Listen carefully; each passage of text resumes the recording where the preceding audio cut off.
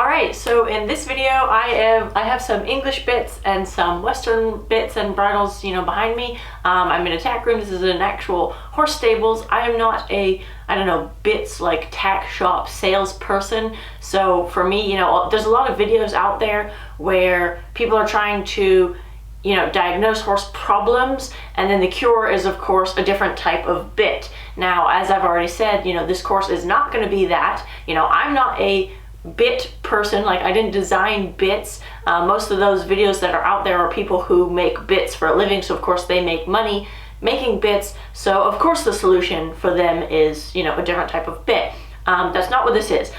So in this video I'm actually just gonna start grabbing some bits, but more importantly I'm not gonna, I don't have every single bit in the universe behind me. This is a normal tack shop. This is a normal tack room at a normal stables. So this is the type of bits that you're gonna find in a normal riding club, and I'm just gonna explain to you the function of bits and how you can take any bit off of the rack, even if you have never seen it before, you don't know the name of it, and you're going to be able to sort of see what the function of that bit is. And we also have some bitless bridles, so I'm going to be talking a little bit about that as well in a different video. So first I'm just going to go ahead and grab a bit. Now this is a snaffle bit, and I'm just gonna start with, like I said, the basics. Okay, so when you are grabbing a bit and you are looking at a bit, I'm just going to come a little bit closer here. Okay, when you are grabbing a bit and you're looking at a bit, the first thing that you need to do is look at the outside. Okay, first look at the outside, and then we're going to look at the inside. Okay, so first the outside. Okay, so I'm not even worried about this right now. Okay, I'm talking about this. Now this obviously has this kind of flat shape here. Okay, now this is just a D-ring snaffle. Doesn't matter what the name is, don't care. Okay, but this flat shape, basically the design of the flat shape is to keep it from pulling through the horse's mouth. So for example, if you have a bit like, say, maybe this one might not be the best example, but it's a little bit more round, and actually it could kind of pull through inside the horse's mouth. Now that only really applies, let's say, if you are lunging a green horse or a horse which kind of puts its heads to the inside when you're trying to lunge it or something. So when you pull on the lunge rope to kind of correct it or straighten it, the bit might actually pull through on the other side. So that is basically the purpose of having this sort of straight line, is to actually prevent the bit from pulling through to the other side. Now, however, there are obviously other functions to that. So let me just put these and show you. So this one, for example, okay, you can see, okay, it's again nice and straight. Okay, so this is again designed so that it doesn't pull through for the horse's mouth. So you use this type of bit on, let's say, a young horse or a green horse when you are teaching it to lunge or something like that, where you don't want the bit to pull through. Now I'm going to talk about, again, just talking about the outside. Let's pretend that this is a different bit. This one, the reins and the bridle is actually attached to the middle here, okay? Which means that no matter how long it is from the top to the bottom, it doesn't really affect the horse because it's attached to the middle here, okay? So it's almost level with the actual piece which is inside the mouth. Now, Pelham bits or different types of bits, you will notice that the ring is actually at the top or at the bottom, okay? So that means that your reins are gonna go up here. If you see a bridle where the reins are up here or down here, okay, so it's not in the middle, right now it's in the middle, it's aligned with this, okay, the thing that goes in their mouth. If it's here or if it's there, what that does is for every 1 inch, okay, of this bit, for every 1 inch in length is actually 100 pounds of pressure. Now let me just explain what I mean by that. Now 100 pounds of pressure means when I pull on the reins of my horse, okay, this length determines how many pounds of pressure extra, apart from my own body weight, which I am applying to the horse's mouth. So for example, if it is up here, okay, and this thing you can see is, let's say, 1, 2, 3 inches, okay, 3 inches, that's 300 pounds of pressure just with the bit. And because the reins are up here, when I say 300 pounds of pressure, it's actually pulling. You see how it twists when I do that? I mean, it would actually be at the bottom here. But see how if the reins are here, it pulls, and then this whole thing twists, okay? It moves. So that is leverage, okay? So that means I am applying for every 1 inch, 100 pounds of pressure. So this is 3 inches, that would be 300 pounds of pressure. Now an inch, if you are in Europe or something, you know, it's just about this, okay? It's kind of like the length of your 2 fingers, or maybe even your 2 fingers width, okay? So 1, 2, 3, 4. So that's between 300 or 400 pounds of pressure had it been up here or down there. So a lot of people, you know, when they're putting in things like pelhams or whatever, you know, something where there's a lot of leverage, they don't realize that those bits are applying additional pounds of pressure based on the length of how long that actual side piece is, okay? So 300 pounds of pressure, plus I weigh, you know, I don't know, 150 pounds. So my 150 plus the bits, 300 to 400 pounds, and that's just on 1 rein, okay? If I'm pulling with 2 reins, that's, you know, 600 pounds of pressure on my horse's mouth. Okay, and then of course you add like a little curb chain or something to the bottom. Not only are you applying pressure, but you're also squeezing their jaw shut. Okay, it's not very pleasant. So that is one thing about the outside of the bit that you need to be very aware of. And again, I don't care if it's, you know, Western or English or whatever.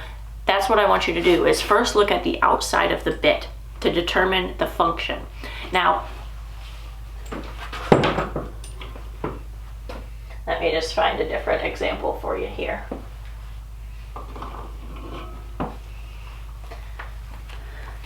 So this bit, for example, okay, just come a little bit closer so you can see. This bit, for example, it's the same thing.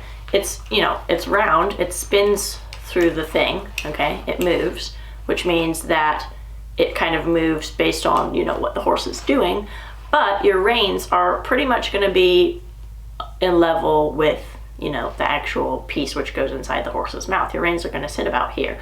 So that doesn't apply any leverage, any extra pressure. So really with the outside of the bit, that's all I want you to do. I just want you to see how much pounds of pressure does that bit leverage, okay? And you know, we're not even talking about with the chain and all that other stuff, like a curb chain or something. I'm only talking about this, the outside piece. So if it's straight and, you know, the reins are attached with level, you know, like the other bit that I showed you, then, you know, that's fine. It's just designed basically not to go through the horse's mouth, which is good for maybe young horses or green horses, or even, you know, well-trained horses. It doesn't really affect them, okay? It just stops it from going through. But if the reins are attached towards the, you know, the bottom, and it's quite a long piece, okay, so there's 100, 200, 300, maybe even 400 pounds of pressure, then you already know that you are leveraging that bit and applying a whole heck of a lot of pressure to your horse's mouth, which is not ideal. So if your horse is head tossing or very strong or whatever, if your horse is very strong and you're riding it in a strong bit like that, it's strong because you've taught it that every time you pull on the reins, you're applying 400 pounds of pressure. So that's why the horse has become strong, because it's stronger. I mean, a horse still weighs 1,200 pounds or whatever, so even 400 pounds of pressure, the horse still has extra body weight to its advantage. So if it doesn't want to listen to you, it won't. So, you know, adding extra pounds of pressure, in my eyes, is not the solution, okay? And I'm an FEI level coach, a level 2 coach. I've traveled around the world. I've worked in over 20 plus countries with horses, you know, show jumpers, endurance, Western horses, dressage horses, to a very high level. And usually the problem is not add more pressure to the horse's mouth, okay? The problem is you need to train your horse or train yourself as a rider. And now what we're gonna do is we're gonna talk about the middle part of the bit, okay? So that's this right here. Now, first we looked at the outside, now we're gonna look at the middle. What does the bit actually do? Now this is a Western bridle, okay, Western bit. And as you can see, this bit is curved, okay? So when you hold it to the side, you can see that it's curved. So it's kind of shaping, let's say, with the horse's mouth. and also it is a snaffle. But one of the first things that I want you to notice is actually the width of this middle piece, okay? So you can see when you compare these two together, this one is very skinny and this one is quite wide, okay? Now, part of this is going to depend on the size of your horse. So if you have a little tiny pony, you know, their bits are probably, you know, diameter-wise slightly smaller, of course, because they have smaller mouths. But basically, this one is smaller and this one is bigger, okay? That's very obvious. An untrained eye can see that this one is smaller and this one is bigger. Now, what does that mean? Now, if it is smaller, okay, and this should make logical sense as well. If it is smaller, okay, it actually is a little bit stronger because it's applying more pressure to one specific pressure point. Whereas the wider style, okay, because it's wider, it's actually distributing the pressure points to a wider surface area. So it makes it a little bit more mild. So if a bit is a bit thinner, okay, like this one is, then you know that it's a little bit stronger, even though it looks exactly the same as this one, okay? This one is actually more mild than the other one because it's a little bit wider.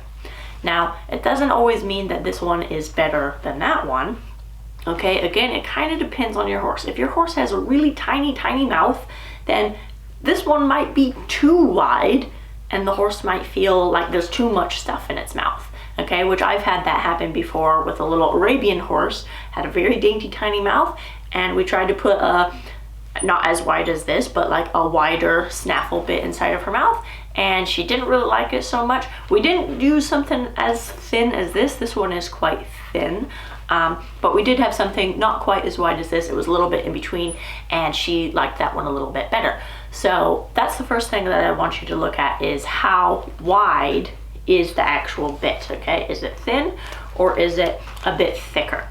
And again, that will determine the harshness of the bit. Now, the next thing, as I said, so this one is a little bit curved, okay? And as is this one.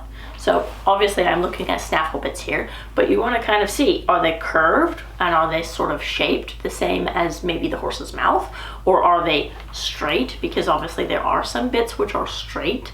For example, maybe a rubber, just like a rubber bit, and it's basically just a piece of rubber. So is it curved or is it straight? Now, obviously, if it's slightly curved and it's kind of shaped with the horse's tongue, let's say, that is, in my mind, a little bit more comfortable, just because it sort of rests over the horse's mouth with the shape of the horse's mouth, and it doesn't really interfere. So obviously, if it's in a straight line, I mean, the horse's mouths aren't straight. You know, this is biology, this is science, so their mouths aren't straight, so they're definitely going to be a little bit more aware that it's there. But yeah, so that is definitely something to look for. And then, of course, we're going to talk about this bit, the little middle piece. So the piece in the middle, okay, the part which goes on their tongue, I would say that that is one of the most important pieces, because that is where a lot of the pressure or pain points might come from your horse. So, you know, this little piece here seems small, but that can kind of make or break whether or not your horse likes it. And again, this is talking more from, let's say, biology than anything else, okay? Just by resting it on the horse's mouth has nothing to do with whether or not you're a good rider, you know, pulling, how strong are you pulling. Right now, I'm just talking about the function of bits, okay? Now, this is just a snaffle bit, so obviously it moves. Now, there's one thing that you can do to test on yourself the harshness of the bit, I mean, within reason, okay? But what you're gonna do is basically, you're gonna rest it on your arm, okay? I'm just gonna turn like this. You're gonna rest the bit on your arm, and then you're gonna pretend you have reins, and you're just gonna pull on it, and just kind of see what that feeling is. Now, right now, I have a jacket on, so I'm actually gonna move my jacket so I can actually feel this, because horses don't have jackets. They're gonna actually feel it. So I'm just gonna kind of put a little bit of pressure and see what it feels like, okay? Now, it doesn't feel, you know, very uncomfortable, this one. So basically, with the snaffle, you know, it bends, it moves. However, depending on how big this little thing is, again, will determine if it puts a lot of pressure. So you always want to kind of put it on your arm and test it yourself. Now, okay, I don't have with me any examples of, you know, let's say different ports. And again, don't really care if you know what the names of it is. But basically, that's when the bit has a little loop here, okay, and then 2 straight lines. Now, some of them are quite small, and then others are quite big.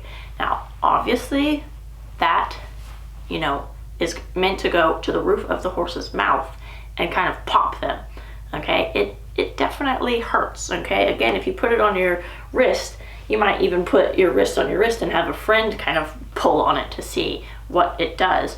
But it sort of turns and it pops and it kind of pokes in the roof of the horse's mouth. And obviously the bigger the loop, the bigger the force, the more that the horse feels something. So the smaller the port, the smaller that it pokes on the horse's mouth. So when you are looking at what is in the middle of the horse's mouth, again, this is about function. First, we look at the outside, see what it does. Does it stop the bit from pulling through the horse's mouth? Does it apply 100, 200, 300 pounds of pressure?